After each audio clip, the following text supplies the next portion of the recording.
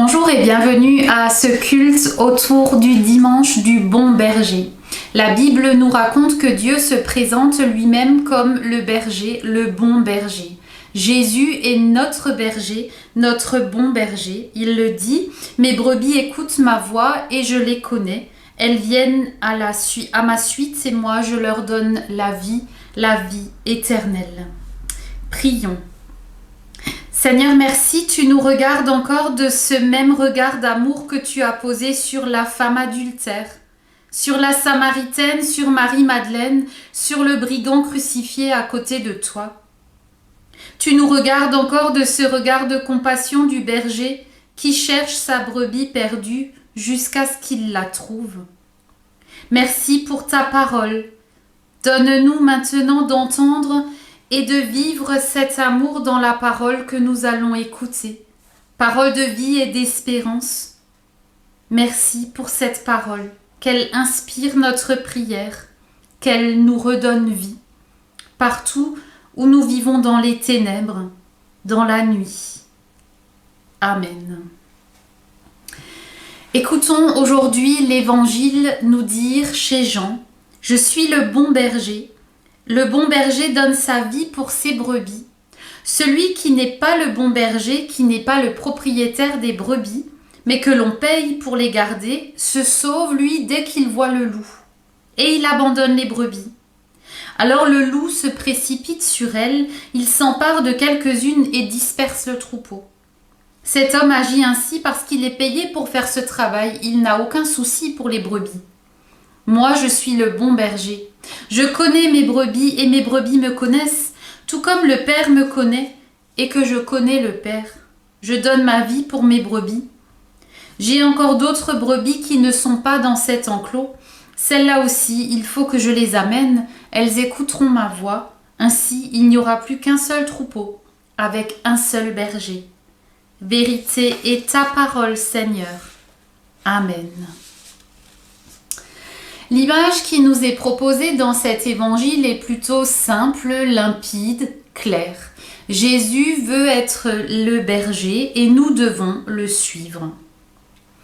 Pourtant, quand nous relisons ce texte, quand nous essayons de l'entendre, de le comprendre aujourd'hui, à l'aune du XXIe siècle, on peut se demander ce que cette image peut encore nous apporter aujourd'hui.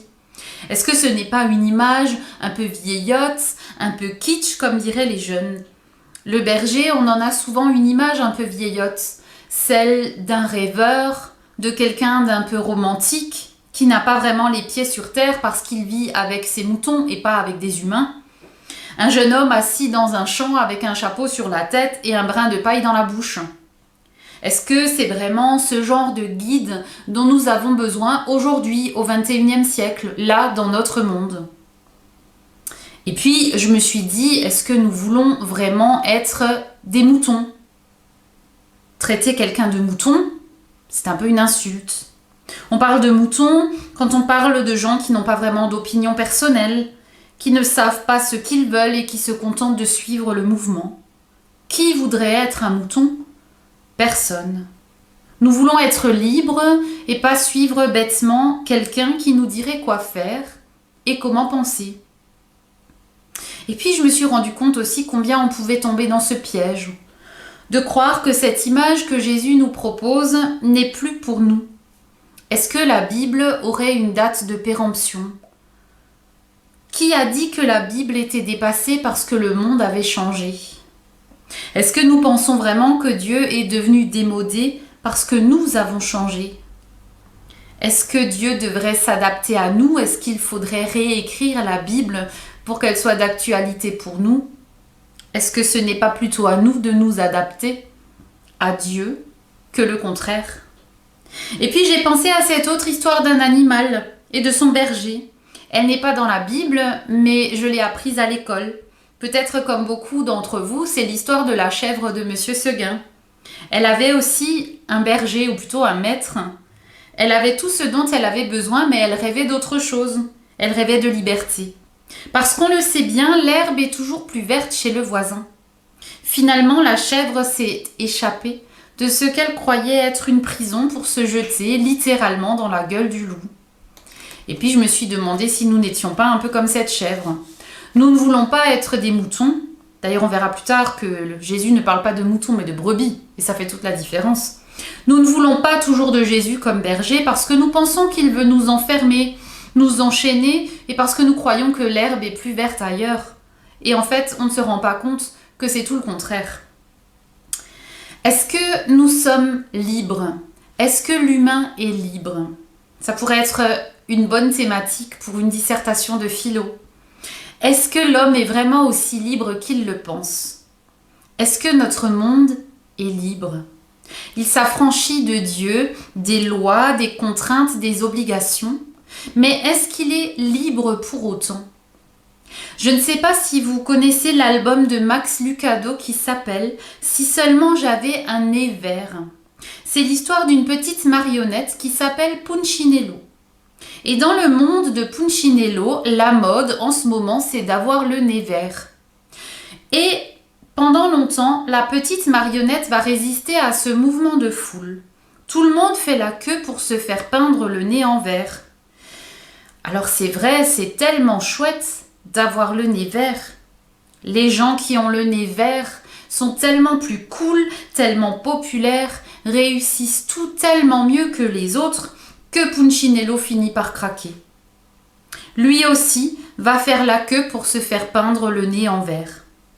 C'est une évidence, non? Ils se sentent tellement mieux avec le nez vert. Et puis, quelques semaines plus tard, la petite marionnette voit quelqu'un passer devant lui avec le nez rouge. Une personne, puis 2, puis 10. La mode est maintenant au nez rouge. Alors le petit Punchinello va bien sûr faire la queue pour se faire peindre le nez en rouge. Quelques jours plus tard, la mode est passée au nez jaune, puis violet, puis bleu. Et puis un jour, Punchinello se rend compte qu'il s'est fait avoir. On n'est pas plus heureux avec le nez vert, ou rouge ou bleu ou peu importe.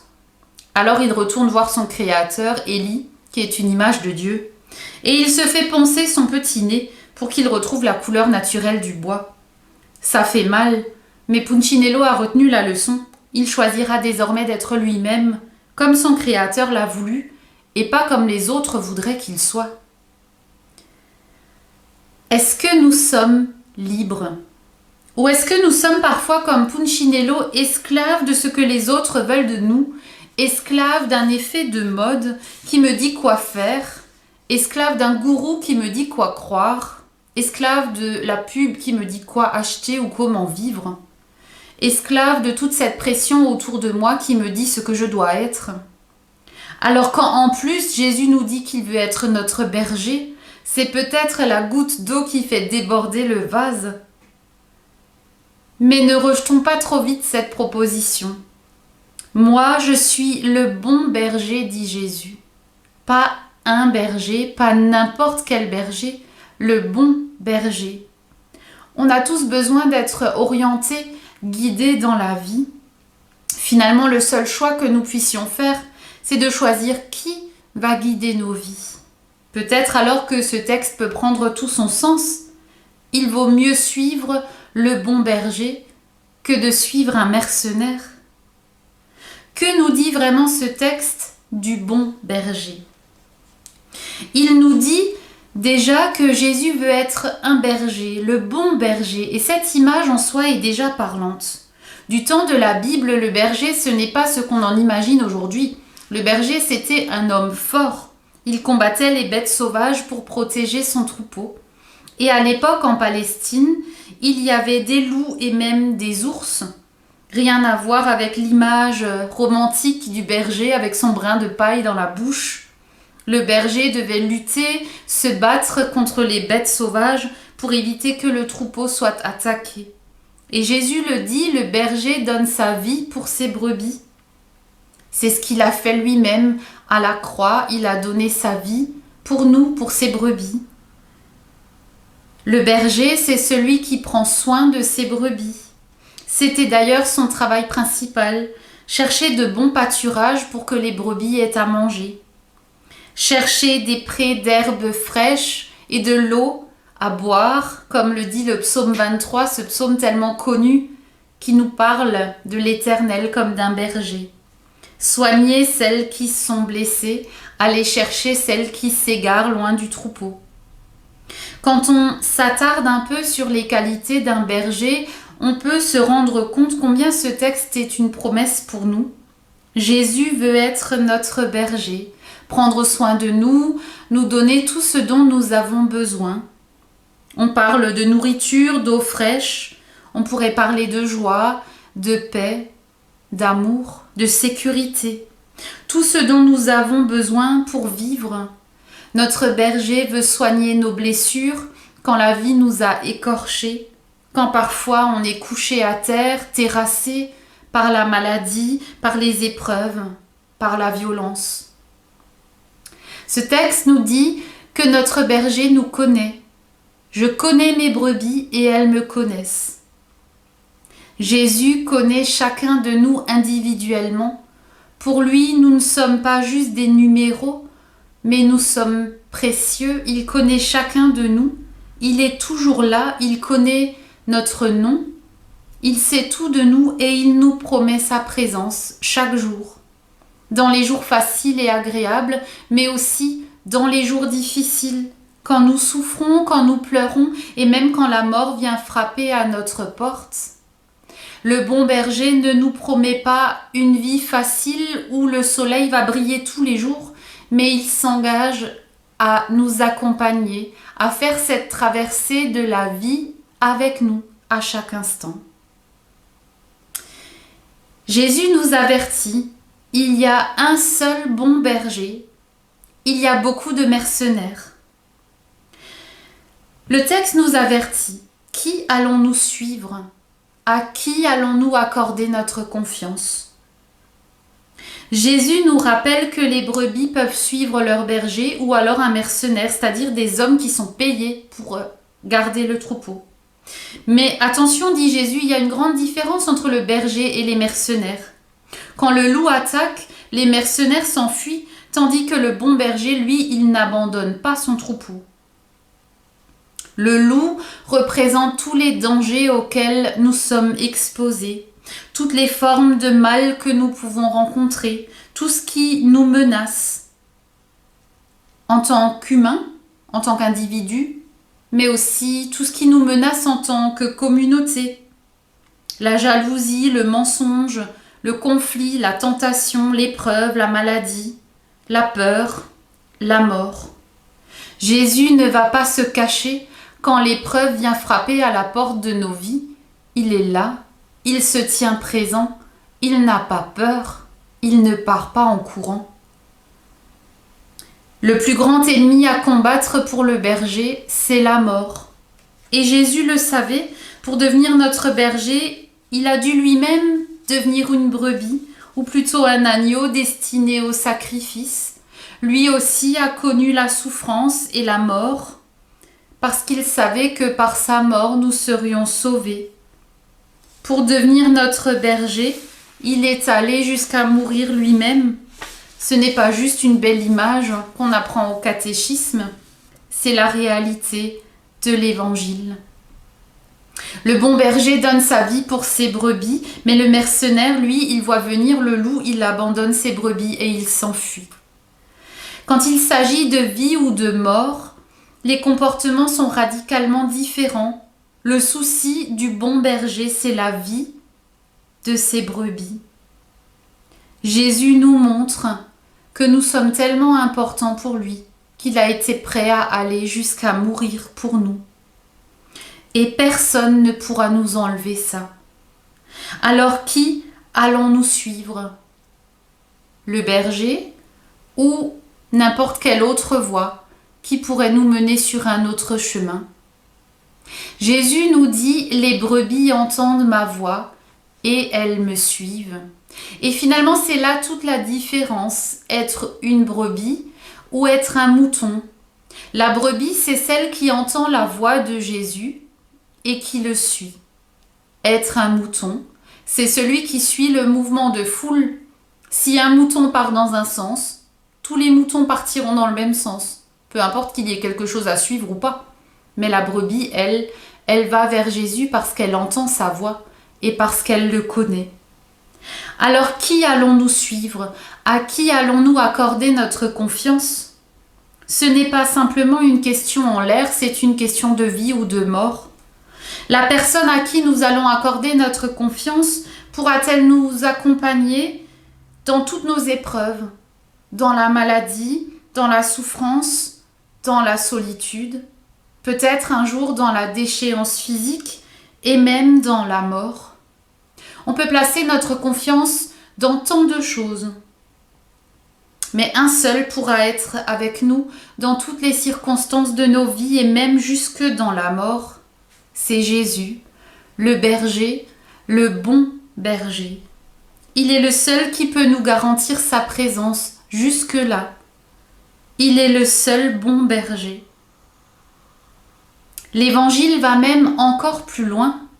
Même si nous quittons le troupeau, il ne nous abandonnera pas. Dans une de ses paraboles, Jésus présente un berger qui quitte 99 brebis pour aller à la recherche d'une seule qui s'est perdue. Et il la cherche jusqu'à ce qu'il l'ait trouvée. Jésus, c'est ce bon berger qui nous défend, nous protège, nous appelle par notre nom, nous fait reposer dans de verts pâturages. Que pourrait-il nous arriver de meilleur que de connaître ce berger, d'être connu par lui, d'écouter sa voix et de le suivre? Amen. Prions. Seigneur notre Dieu, que de mots et de discours dans le monde. Au milieu de l'agitation, au milieu de la violence des mots parfois, nous avons du mal à entendre une voix qui parle au cœur. Pourtant aujourd'hui, c'est ta voix que nous voulons entendre, la voix du berger, bien plus encore la voix du bon berger. Nous avons besoin d'être guidés, orientés dans nos vies. Nous avons besoin que tu poses des jalons sur notre route pour que nous sachions où poser nos pieds. Ce n'est pas la foule que nous voulons suivre comme des moutons qui suivent bêtement là où courent tous les autres. Nous voulons être ces brebis qui suivent leur maître parce qu'elles reconnaissent sa voix. Donne-nous donc de nous mettre à l'écoute de ta voix. Fais-nous entendre une parole d'espérance, cette parole qui nous déplace, qui nous rend plus proches de toi, mais aussi plus proches des autres. Nous te prions pour nos familles aujourd'hui, ceux qui comptent pour nous. En ce temps de confinement, tu vois, Seigneur, combien c'est difficile pour certaines familles de combiner le travail, l'occupation des enfants, le télétravail. Tu vois, Seigneur, le manque de patience parfois. Garde-nous durant ces temps difficiles. Aide-nous à persévérer. Donne-nous confiance en toi. Nous te prions pour ce monde agité et inquiet, pour que ta paix vienne reposer en lui. Et ensemble, nous te prions, notre Père qui es aux cieux, que ton nom soit sanctifié, que ton règne vienne, que ta volonté soit faite sur la terre comme au ciel. Donne-nous aujourd'hui notre pain de ce jour. Pardonne-nous nos offenses, comme nous pardonnons aussi à ceux qui nous ont offensés. Et ne nous laisse pas entrer en tentation, mais délivre-nous du mal, car c'est à toi qu'appartiennent le règne, la puissance et la gloire, au siècle des siècles. Amen. Il me reste à vous souhaiter une belle journée et une belle semaine, et que le Seigneur vous bénisse. Amen.